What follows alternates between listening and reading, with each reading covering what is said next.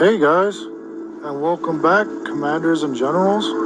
This is your commander, the Steel City Slayer, also known as PoppaBadWolf, on the Discord. This is going to be the Nuclear Winter Domination Game 4 update. And my fellow Commanders and Generals is not really looking too good.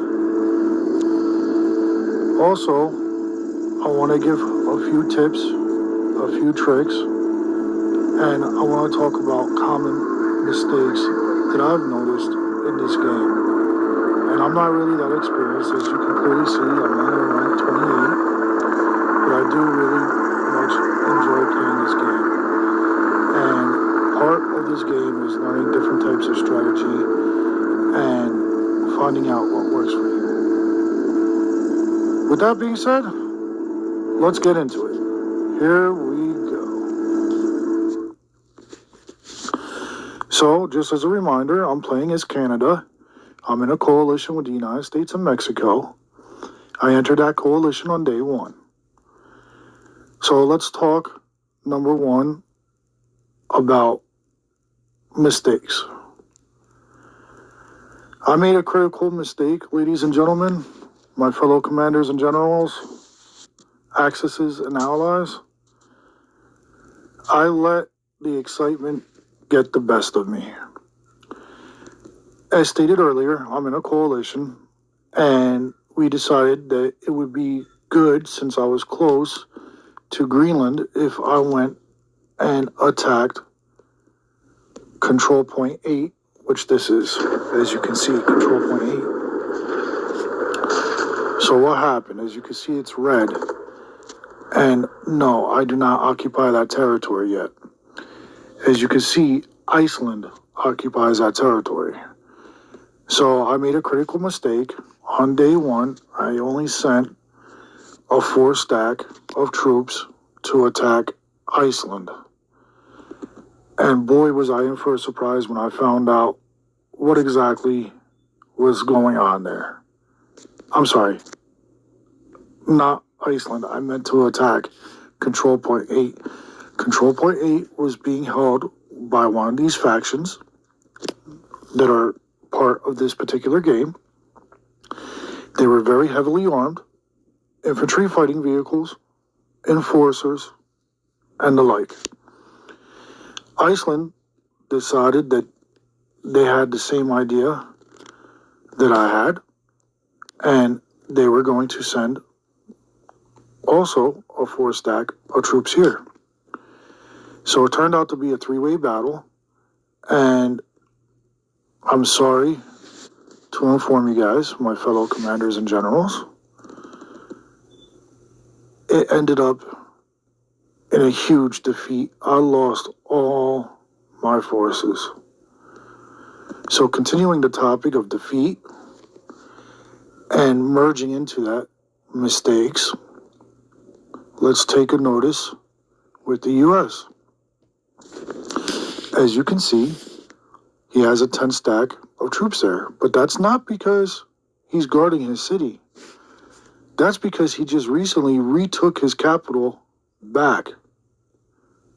And you might ask, wait a minute. What? How? Why? Let me explain.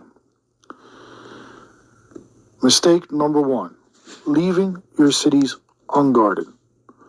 The U.S. sent a 10-stack down here to this control point, which is control point number 6. That's control point number 6. While he was capturing that, Cuba, over here, decided he was going to take advantage, and he was going to sneak in, and he was going to capture Washington, D.C., which he did. He had a 10-stack. Okay. Now here you can see that there's smoke and that this area is red. I can tell you that there's still a 7-stack of troops here. Now, for whatever reason, the U.S. isn't moving any of his troops. He has them sitting outside of his capital. He's not going after them to attack, which is smart, because they would probably annihilate him.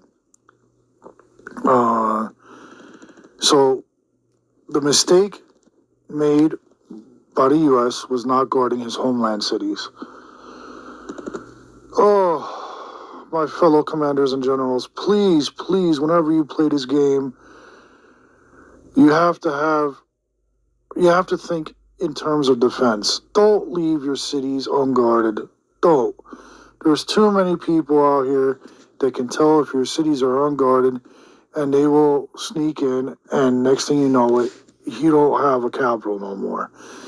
Now, like this guy, he has a 10 stack here. He had to scramble around, waste so much time spending money, moving troops, building troops, rebuilding to take this. And it's day 4. So that's a mistake. Always leave your homeland cities guarded.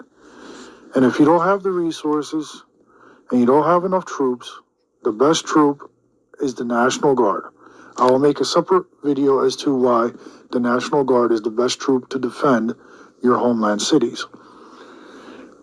Most of the experienced players will know, but this will be for new players and beginners, and I will like to explain to you guys the defense mods and buffs. So that's just a quick update. We are day 4. Like I said, it's not looking too good. I've just been rebuilding since my defeat. The only thing exciting was that I had my first strike fighter being produced, and I am producing my second strike fighter. The other excitement was that I also have a Corvette produced, and I'm producing another one. So yeah, as you can see, here's my first strike fighter. I should actually set him on patrol. So let's go ahead and do that.